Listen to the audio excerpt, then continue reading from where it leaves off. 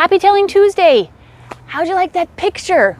It's of the bay where I'm standing here on the dock, surrounded by these cool mangrove trees. I'm still in Key West, and I got to spend the weekend in the Everglades, the southernmost tip of the mainland of Florida. And the ecosystem has just got my mind wandering and enjoying learning new things. So my creative spark today, don't mind the tapping. My creative spark for today is learning new things and incorporating them into your creativity. So I learned so much about mangrove trees and the ecosystem that lives in their roots, and that's what I'm putting in my story today. There's going to be a soft-shelled turtle in my story and a manatee. If you don't know very much about these animals, I hope that this story inspires you to check them out and learn something new about something, and then see how you can incorporate it into a story. Here is my story, inspired by the fable, The Whale, the Dolphin, and the Sprat. Deep in the heart of the Everglades, surrounded by mangrove trees, is a pond full of life. Fish swimming, scurrying this way and that way, turtles enjoying the cool water, and manatee. Nicknamed Sea Cow, she is like a graceful potato in the water. Now, manatee spends a lot of her day eating. She uses her flippers close to her head to do a sort of a walk along the edge of the pond. And then those same flippers she uses to scoop vegetation and grasses close to her mouth. And her lips are split and move independently of each other. And she uses her lips and her flippers to get the food, the vegetation, into her mouth so she can gobble it up. And while she's doing this enjoying of vegetation, she's also on the lookout for juicy snails. Not for herself, mind you, but for her best friend, soft-shell turtle. Now, soft-shell turtle, he always swims near manatee so that they can be together. And he eats the juicy snails when she calls out, "Oh, turtle, I've got a snail for you right here. I'll scoot it your direction. Looks juicy." And turtle, with his long, elongated snout, so that it can just stick up, he can stick the snout out of the water and breathe air without the rest of his body being noticed.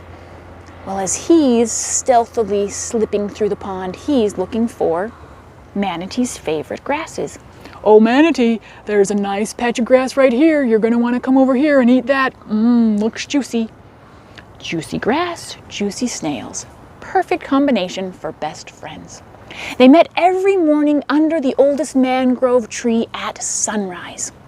But one day when manatee got there, well, turtle was nowhere to be found.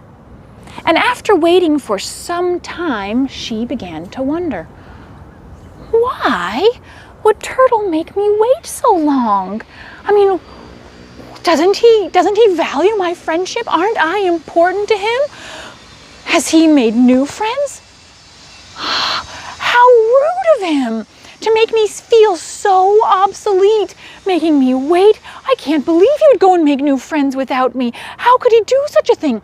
And she'd gotten herself so worked up that by the time turtle came swimming in as fast as he could because he'd overslept, "Oh, I'm so sorry, manatee. Let's get eating. I'm right here, ready to go." She was giving him the silent treatment.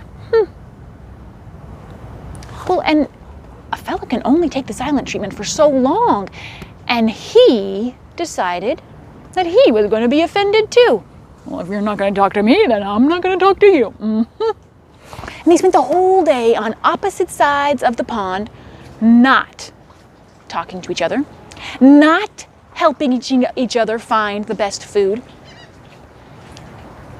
And the same thing happened the next day, and the next, And before too long, the toxicity of the pond had risen so high that all the other fish and creatures had left and found other ponds to enjoy. But Pink Shrimp, she came into the pond one day after a week or so and tried to talk some sense into the two of them. Turtle, Manatee, why don't you just forgive each other, make up? Isn't life so much better when you're friends? Isn't it so much better when you can help each other? Come on!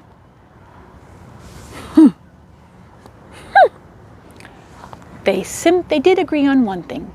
They were not going to listen to a little bitty shrimp like her. Why would we listen to you? You are too small to be telling us what to do. And so rather than listen to sense, the two friends, the two unfriends, continued on as they were, all alone. Who knows how long it lasted? But let's hope that the time came when they left off with their grudges and made friends again. Let's not be like softshell turtle and manatee.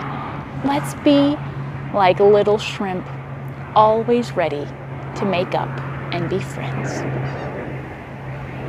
There's my story for today. Hope you enjoyed it.